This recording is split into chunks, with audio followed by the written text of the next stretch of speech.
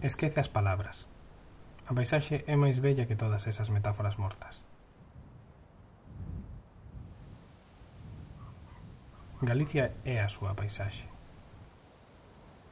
Paisaxe esfumada que garda recordos detrás nos. A arquitectura é un obxecto atopado nesa paisaxe.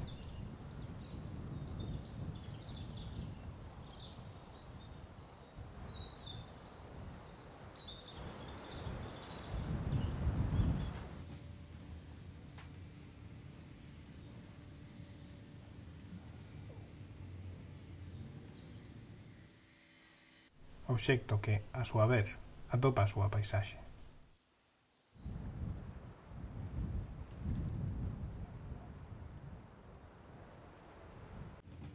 E inventa fisuras polas que o ceo se derrama.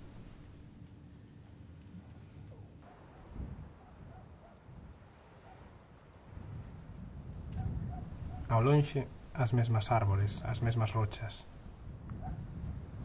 os mesmos trasnos. E o tempo que discorre.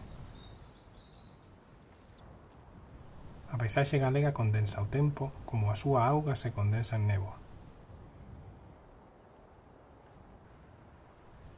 Un veo de néboa sideral que ondula nos refachos do aire.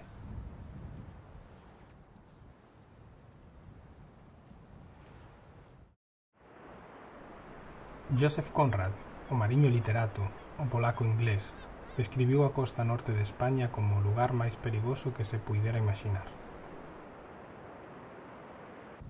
A paisaxe galega é imaginación. Ernest Hemingway imaxinou que as rías eran dinosauros durmidos á beira do mar. Desde terra firme, a arquitectura enmarca unha ría.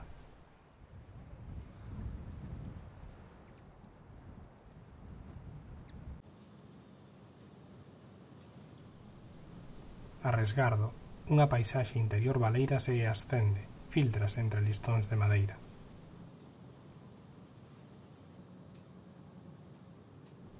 Abaixo, o porto proclama o seu anelo de latitudes afastadas mentres o mar se levanta. Os ingleses aseguran que un mar en calma xamais forxou un bo mariñeiro.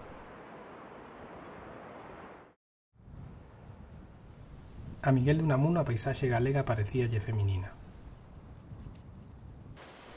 Rosalía de Castro despediuse dos seus ríos como quen se despide da súa familia. Galicia é unha maraña de ríos que ás veces se despenan e pintan a terra de verde.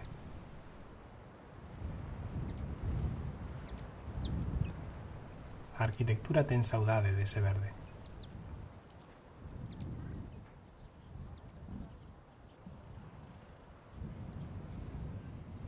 Por iso domestica a súa propia paisaxe.